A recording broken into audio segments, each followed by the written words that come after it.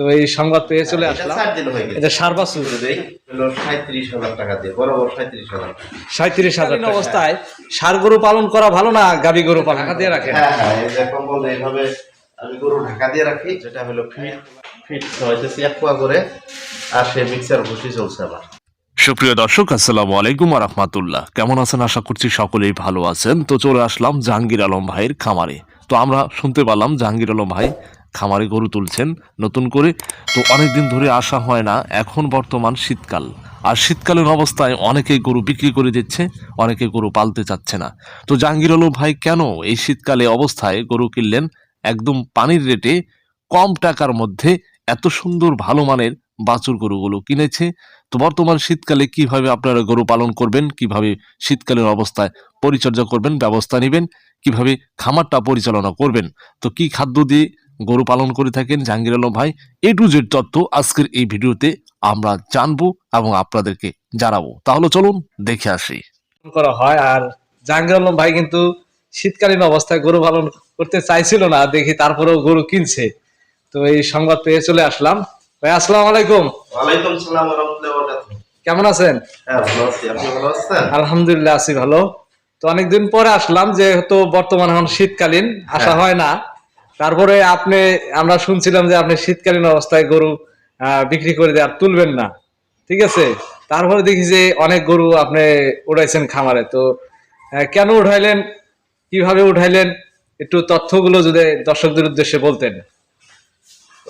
মূলত আসলে প্রথমেই বলবো, আমরা যারা ক্ষুদ্র খামারি কিংবা খামার করি, তারা যতই বলি যে গরু পালন করবো না, এটা মনে মানে না যে গরু পালন করা থেকে বিরত থাকবো।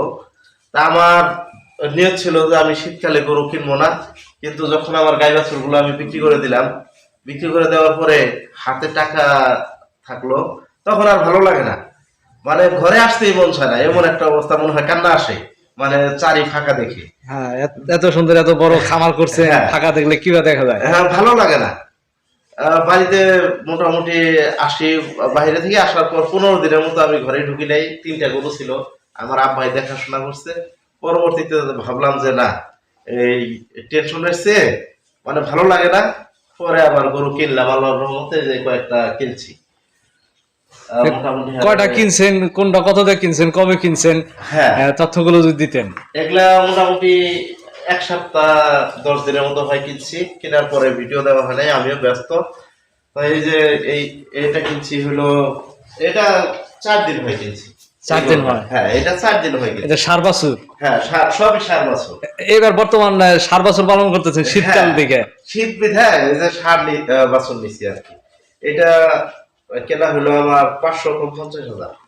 500 কম 50,000? হ্যাঁ, 500 কম আছে 50,000 টাকা এই গরুটা। এটা কি লক্ষণ দিয়ে কিনছেন? এটা মনে করেন যে আসলে বডি ভালো আছে, দেখতে আর কি, দেখতেও ভালো আর কি গরুটা। এটা টার্গেট নিছেন যে কতদিন পালন করবেন? না, আমার তো ওই ধরনের কোনো টার্গেট নাই, আমার লাভ হলে আমি বিক্রি করে দেই। দেখা গেছে 10-20 হাজার লাভ হবে, তখন আমি। এটা কতদিন আগে নিছেন? এটা 4 দিন আগে নিছি। 4 দিন আগে? হ্যাঁ, 4 দিন আগে নিছি। তো পাশে আরো গরুগুলো দেখতেছি, এগুলো তথ্য দেন। হ্যাঁ, এই যে এই গরুটা নিচ্ছি মোটামুটি 10-12 দিন হয়। এটা এই 10-12 দিন আগে নিচ্ছি। এটা নিচ্ছি হলো 37,000 টাকা দিয়ে, বরাবর 37,000।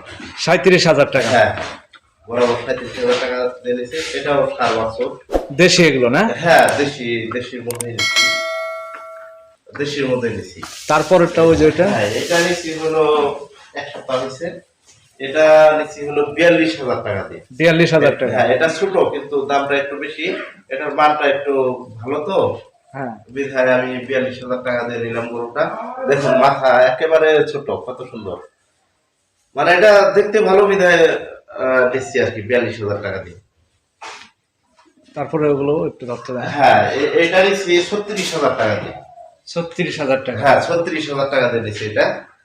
এটাও নিচ্ছি মোটামুটি 10-12 দিন হয় এটা। আর ওই যে ওই গরুটা একসাথে নিচ্ছি 37,000 টাকা আর 36,000 টাকা। এই দুইটা গরু, 3টা নিচ্ছি। যেটা এই 3টা একই দিনে নিচ্ছি। একই দিনে? ওই পাশেরটা কত নিচ্ছেন? হ্যাঁ, এই গরুটা নিচ্ছি হলো 53,500 টাকা। 53,500। হ্যাঁ, এই যে এটা 53,500 টাকা দিয়ে নিছি। এটা এটা কি গরু বলে এটাকে? এটা ফ্রিজিয়ান জাত বলে আর কি, ফ্রিজিয়ানের ক্রস আর কি।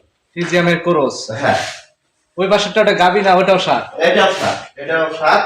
এটা নিছি হলো 58,000 টাকা দিয়ে। 58,000 টাকা। হ্যাঁ, 58,000 টাকা দিয়ে নিছি। মাশাআল্লাহ। তো বিশেষ কিছু তথ্য নেব শীতকালীন অবস্থায় কিভাবে গরুগুলো আপনি পালন করবেন, কিভাবে পরিচর্যা করতেছেন, কি খাদ্য দিচ্ছেন। যেহেতু বর্তমানে শীতে আসলে অনেকে দেখা যায় ষাঁড় গরু পালন করতেছেন, তা আসলে শীতকালীন অবস্থায় ষাঁড় গরু পালন করা ভালো না গাভী গরু পালন করা ভালো? আমি তো মূলত গাভী গরুই পালন করতাম, বাছুর সহ গাভী গরু মানে আমার পছন্দের গরু এবং একটু অধিক লাভ হয়। আর আমি সেই গরুগুলো পালন করতেছি না, কারণ এই শীতে বাছুর গরুর সমস্যা হয়। সমস্যা হয় গাভী হ্যাঁ। গরু, আর ষাঁড় গরু হিট থাকে আর কি হ্যাঁ। শরীর।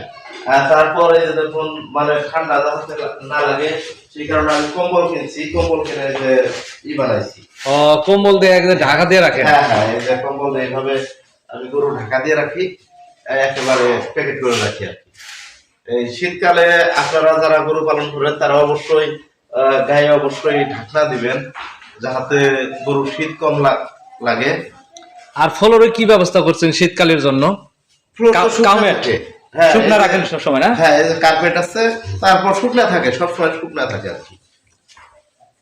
ফ্লোর শুকনা থাকে সবসময়। আর এই যে বাউলের ব্যবস্থা করছেন? হ্যাঁ, ভাল্ব অবশ্যই দিছি, 200 ওয়াট ভাল্ব দিছি 4টে। 4টা? হ্যাঁ, 4টে ভাল্ব দিছি। মোটামুটি এই 6টা গরু আমার ইদানিং কেনা হলো। আর আগের গরু এই যেটা আছে, আগের কোনটা? এটা প্রেগন্যান্ট। এটা সর্বোচ্চ 10 থেকে 12 দিন যাবে। 10 থেকে 12 দিন যাবে, হ্যাঁ, তারপরে সর্বোচ্চ 10 থেকে 12 দিন যাবে, তাই দিয়ে দেবে। এটা আগের। হ্যাঁ এই পাশের, এই যে এই পাশের দুইটা দেখতেছি। হ্যাঁ, এই দুইটা ওই যে আগে ভিডিও দেওয়া আছে, এই দুইটার 95,000 টাকা দিয়ে যে আমি কিনলাম দুইটা গরু, গাই বাছুর সহ। এটা হলো সেই 95,000 টাকার গরু। এই যে দেখুন বাছুর, হ্যাঁ এটা হলো বাছুর, ষাঁড় বাচ্চা, আর এটা হলো গাভী। গাভী গরুগুলো আলাদা সিস্টেম করছেন? আলাদা না, ওই যে পানাইলাম তো এক সাইডে রাখি, শুধু এই সাইডে বাছুরটা থাকে। এখন বর্তমানে আপনার খামারে কয়টা গরু আছে? এখন 9টা আছে, মোট 9টা গরু আছে। 9টা। হ্যাঁ। শীতকালে আরো উঠাবেন কি এই সময়? হ্যাঁ, চিন্তা ভাবনা আছে, যদি পর্দার মতো পাই তো অবশ্যই উঠাবো, কারণ কয়েকদিন পরে গরুর দাম বাড়বে। এখন বর্তমান কিরকম বাজার? হ্যাঁ, আছে মোটামুটি বাজার আছে। কয়েকদিন আগে কম ছিল তো, তার ওই কমের থাকার সময় আমি কয়েকটা গরু নিয়েছিলাম, আর বাকি যখন দাম বাড়লো তখন আমি একটা গরু নিয়েছি। আচ্ছা ভাই, এই শীতকালীন অবস্থায় আসলে গরুকে কোন খাদ্যটা খাওয়াইলে আসলে গরুর জন্য খুবই ভালো এবং শীতটা কাটবে আর কি? এখন আমি আমার খামারে আমি এতদিন খেলাইতাম হইলো একটা মিক্সার ভুসি, সেই মিক্সার ভুসি দিয়েই আমি খামারই করছি। এখনো কিন্তু সেই মিক্সার ভুসি আছে, যেটা হলো 24 টাকা কেজি। তা ওই মিক্সার ভুসি এখন রেট বাড়াইছে বিধায় হয়তো বা এখন আনবো না। এখন বিকল্প কোনো ব্যবস্থা করা যায় কিনা সেটা দেখবো আর কি। পাশাপাশি কি খাওয়াচ্ছেন? ঘাস অথবা খড়? হ্যাঁ, ঘাস খায় না এখন, আপাতত ঘাস খায় না, খড় খাচ্ছে শুধু। খড় খাচ্ছে? হ্যাঁ এই যে পাশে খড় রাখছেন মজুত হ্যাঁ, করে। খড়, শুধু খড়, খড়ের উপরে আছে। আর হলো 1 পোয়া করে, যেটা হলো ফিট ফিট হইতেছে 1 পোয়া করে। আর সেই মিক্সার ভুসি চলছে আমার।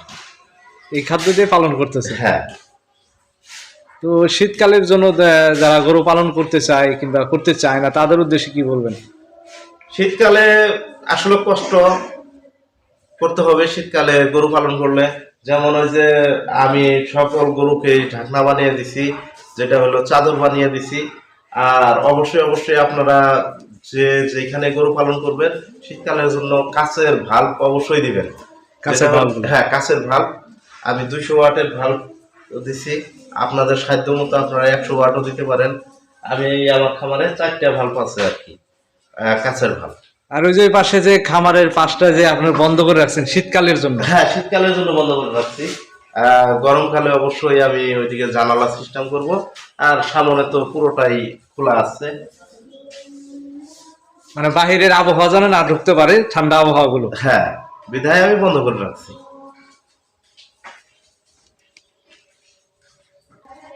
তো ভাই, ওই যে শীতকালীন অবস্থায় আপনার এই খামারের গরুগুলো গোসল দহন কয় বেলা, এবং এখানে কোনো ভেদাভেদ আছে কিনা ষাঁড় এবং গাভী গরুর জন্য?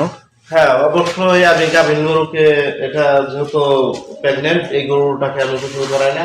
আর 4-5 দিন পর পর, এখন ওগুলা নতুন বাছুর যেহেতু, কোন পরিবেশে ছিল সেটা তো আর আমি জানি না, আপাতত 4-5 দিন পর পর গোসল করাইতেছি আমি। আকাশের উদ্ধার বুঝবে। হ্যাঁ হ্যাঁ। আর যখন হইলো আমার এই খামারের পরিবেশের সাথে ম্যাচিং হয়ে যাবে, তখন একদিন পর পর গোসল করাবো শীতকালে। ভাই, এই যে গরুগুলো যে কিনছেন, কোনোটা 4 দিন হয়, কোনোটা 1 সপ্তাহ হয়, হ্যাঁ। তো আনার পরে আপনি কি করেন এই গরুগুলোকে?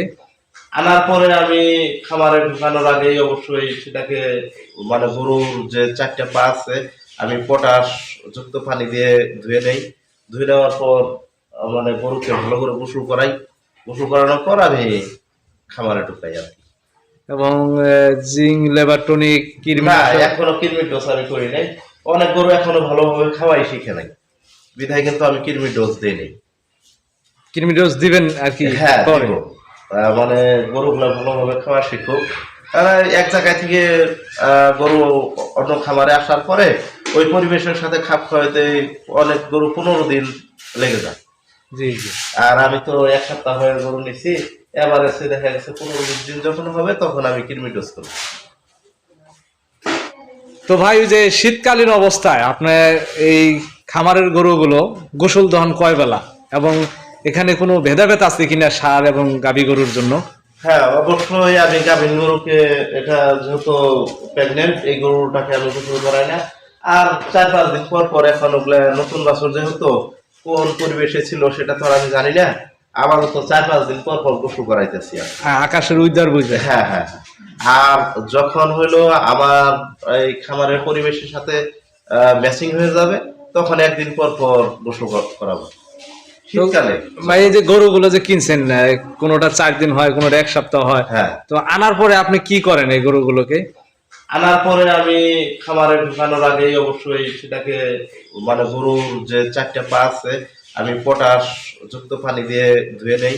ধুয়ে নেওয়ার পর মানে গরুকে ভালো করে গোসল করাই। গোসল করানোর পর আমি খামারে ঢুকাই আর কি। এবং জিঙ্ক, লেবার টনিক, কৃমি না, এখনো কৃমির ডোজ আমি করি নাই। অনেক গরু এখনো ভালোভাবে খাওয়াই শিখে নাই, বিধায় কিন্তু আমি কৃমির ডোজ দিই নাই। কৃমি ডোজ দিবেন আর কি? হ্যাঁ, পরে দিব। মানে গরুগুলো ভালোভাবে খাওয়া শিখুক। এক জায়গায় থেকে গরু অন্য খামারে আসার পরে ওই পরিবেশের সাথে খাপ খাওয়াতে অনেক গরু 15 দিন লেগে যায়। জি জি। আর আমি তো 1 সপ্তাহ হয়ে গরু নিছি, এবার এসে দেখা গেছে 15-20 দিন যখন হবে তখন আমি কৃমি ডোজ করবো। তো দর্শক, আপনারা জাহাঙ্গীর আলম ভাইয়ের মতো যেভাবে সিস্টেম করে এখন বর্তমান শীতকালীন অবস্থায় গরু পালন করবেন, তো জাহাঙ্গীর আলম ভাই যেভাবে গরু পালন করতেছে শীতকালীন যে পরিচর্যা, সেভাবে আপনার গরু পরিচর্যা করবেন। কেননা আমরা যেরকম মানুষ শীতকালে ঠান্ডা অবস্থায়, ঠান্ডা লাগলে আমাদের আসলে অনেকটা ক্ষতি হয়ে যায়, এরকম গরু গবাদি পশুর জন্য অবশ্যই আপনারা যত্ন নেবেন। শীতকালীন অবস্থায় আপনারা যারা গরু পালন করতেছেন, আগের সে তুলনামূলক গরুটাকে একটু দেখাশোনা বেশি করবেন, যে কোন পর্যায়ে গরুগুলো থাকছে, রাতের বেলা কিভাবে রাখবেন, এবং যে ম্যাটের বস্তাগুলো এবং কম্বল বলে এই ধরনের যে ইগুলো আছে, এগুলো দিয়ে আপনারা আপনাদের গরুগুলোকে শীতের সময় ভালো রাখবেন, এবং শীত সময় গরুগুলো পালন করবেন এইভাবে। অবশ্যই সুস্থ থাকবে, ভালো থাকবে, এবং আপনাদেরকে যে তথ্যগুলো দিলাম, তো পাশে থাকবেন। অবশ্যই আমরা আপডেটগুলো দিব। সবাই ভালো থাকবেন, সুস্থ থাকবেন। আল্লাহ হাফেজ।